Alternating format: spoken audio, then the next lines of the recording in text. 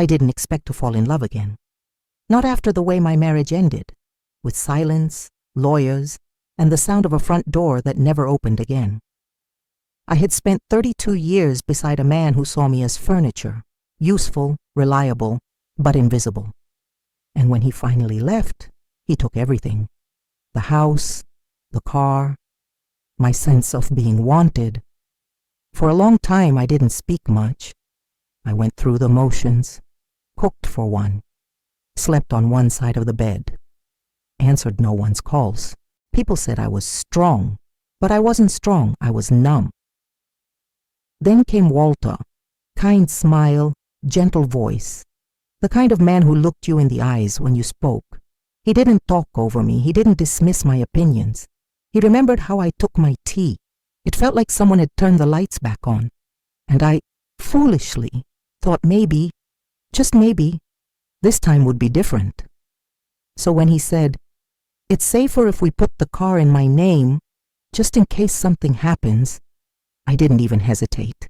I signed the paper, and 3 days later, so did he.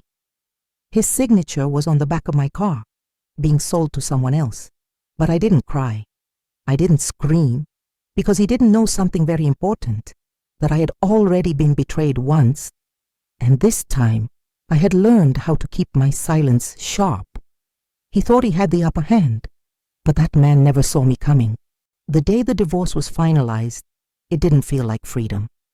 People imagine that leaving a bad marriage is like ripping off a bandage, painful but quick.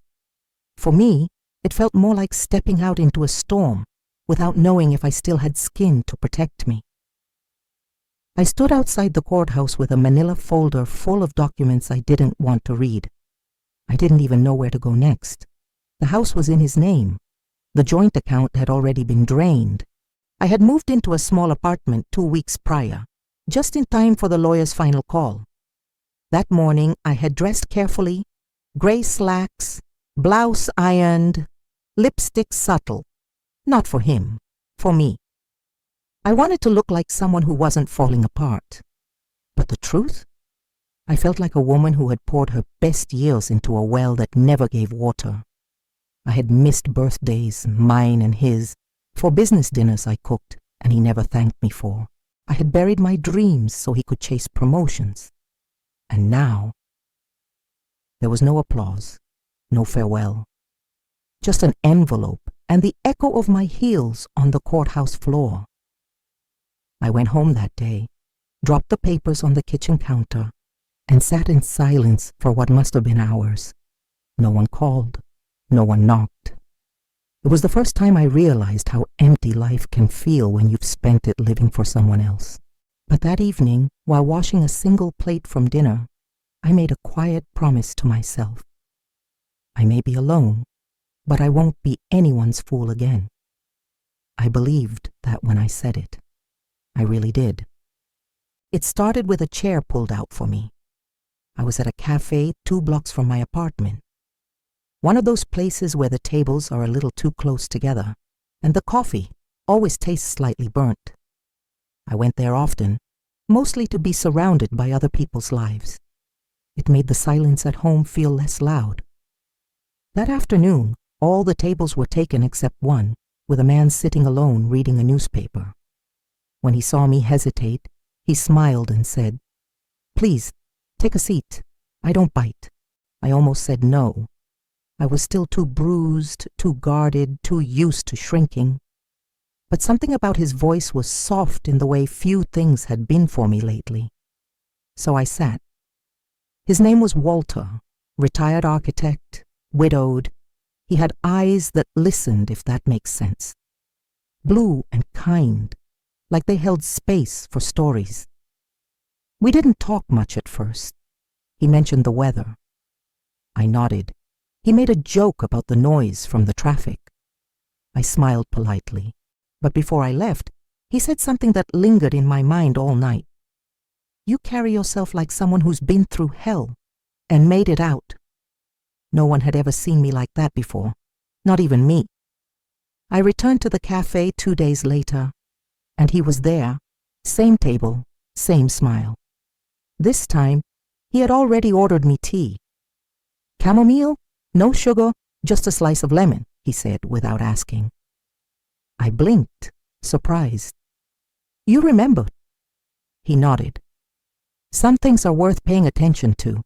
And just like that, the first brick in my wall began to loosen. We started meeting at the cafe once a week, then twice, then almost every other day. It became a quiet routine, like a song we both knew the rhythm to. No pressure, no questions I wasn't ready to answer. Walter never asked about my ex-husband, and I never brought him up. Instead, we talked about books, music, the way the world had changed.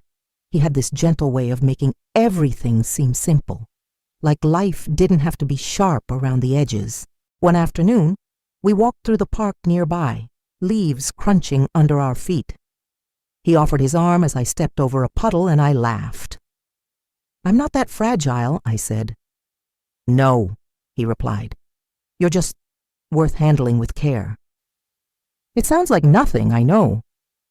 But when you've been invisible for so long, small kindnesses feel like miracles. A few weeks later, he called me safe. "You make me feel safe," he said over dinner, his hand resting gently over mine. "I've been alone a long time. It's nice to have someone who listens, who understands." I didn't say it out loud, but I felt the same. For the first time in years, I wasn't walking on eggshells. There was no shouting, no doors slamming, no cold silence wrapped in resentment. I began to let him into places I had closed off. My favorite poem, the story of my mother's laugh, the drawer where I kept photos I hadn't looked at in a decade. I remember thinking, maybe this is what healing looks like. Maybe this man is different. But hope can be dangerous when you've been hurt. It doesn't knock when it enters. It just walks in like it owns the place. And when it leaves, it takes the floor from under you. It was a Sunday morning. We had just come back from the farmer's market, our hands full of peaches and fresh bread. He made coffee in my kitchen like it was already his. I remember thinking how natural it felt, his presence, his voice humming to an old tune, the way he dried the dishes without me asking. It had been 6 months since we met, and somewhere along the way, the word we had slipped into my vocabulary again. That morning, he leaned against the counter and said, "Do you ever worry about what would happen if something happened to you?" I raised an eyebrow. "Like what?" "I mean, you live alone. What if you got sick, or something happened to your car? You don't have anyone to help you out." His tone was soft, concerned, laced with something protective. Then he added almost hesitantly, "I was thinking, maybe we should put the car in my name, not permanently, just for emergencies. I could handle things if you couldn't." I paused. There was a small knot in my stomach. Not fear, just discomfort. He must have seen it in my face. "You don't trust me?" he asked, not with anger, but with hurt. "I didn't mean to pressure you. I just want you to be safe." That word again, safe. He had used it so often it had started to feel like a promise. I hesitated. I even said, "Let me think about it." But later that evening, as we sat watching an old movie, his hand over mine, he whispered, "I would never hurt you, you know. I'm not him." And something in me softened, because I wanted to believe that. So badly. The next morning I signed the papers. It took less than 5 minutes. One signature, one small act of trust. And just like that, I gave him the key he needed, not to help me, but to disappear. The next morning he kissed my cheek and said he'd be back after running a few errands. He even joked about bringing home more of those peaches I liked. I remember standing at the door, smiling as he walked away. I had no idea it would be the last time I'd see him. By the afternoon, I had a strange feeling, a kind of static in the air. His phone went straight to voicemail, messages left unread. I told myself not to panic. Maybe he lost signal, maybe his battery died. Maybe I was just being paranoid. But when I stepped outside later that evening, something was missing. My car. Gone. At first I thought it had been towed. I even called the city. Nothing. I called the tow company. Nothing. And then I remembered his name on the title. I sat down right there on the edge of the driveway, phone in hand, knees trembling. I stared at the empty space where my car had been, and the silence hit me harder than any scream could have. I didn't cry. Not yet. Instead, I walked back inside, closed the door, sat on the couch in the dark, and I waited. Not for him to come back, but for the part of me that had trusted too easily to finally admit what had happened. He was gone. The man who held my hand remembered my tea, called me safe, had taken the only thing I owned outright. But more than that, he had taken the version of me that still believed I could be loved without consequences. That night, I didn't sleep. I sat in silence and stared at the wall. I wasn't heartbroken. I was humiliated. But humiliation has a strange power when you let it settle, because somewhere between midnight and morning, I stopped being the woman who signed those papers, and I started becoming the woman he would regret underestimating. Grief is loud, but betrayal is quiet. It doesn't scream. It sits with you in the corner of the room, arms crossed, watching you fall apart without saying a word. For days, I didn't speak to anyone, not even my sister who'd been texting to check in. I ignored her. I ignored everything. I woke up, made coffee, stared at the cup until it went cold, and poured it down the sink. Then I did it again the next day. But here's what they don't tell you about silence. It gives you space. Not comfort, not peace, but space. And when you've been lied to, that's the most dangerous thing someone can give you. In that silence, I started remembering the little things. The way he always asked to borrow my car instead of driving his own. The calls he'd step outside to answer. The receipts I found in his coat pocket, not local. I went into my file cabinet, pulled out the documents we signed. There it was, his name, written neatly in blue ink, right where mine used to be. But he made a mistake. He left a copy behind. The original wasn't the only version of the story, and that gave me an idea. A quiet one. The kind that doesn't come with a burst of anger. Just a slow, icy realization that I still had options. I didn't want revenge, not in the way people think. I didn't want to scream or post about it online or show up at his door. I wanted something much more powerful. I wanted him to never see it coming. He thought I didn't read it, the paperwork, the fine print, the clauses in the transfer. But I did. Because after my divorce, I made a promise to myself. I'd never sign another document without knowing exactly what it meant. When Walter asked me to put the car in his name for safety, I didn't say no, but I also didn't say yes right away. I took the documents to my neighbor's daughter who works in a law office, asked her to walk me through everything, line by line. She showed me a loophole, a small line near the bottom. Secondary ownership retained in case of breach or loss. Most people skip over that kind of language, but not me, not anymore. So when I signed the paper, I also filed a backup form, quietly, without telling him.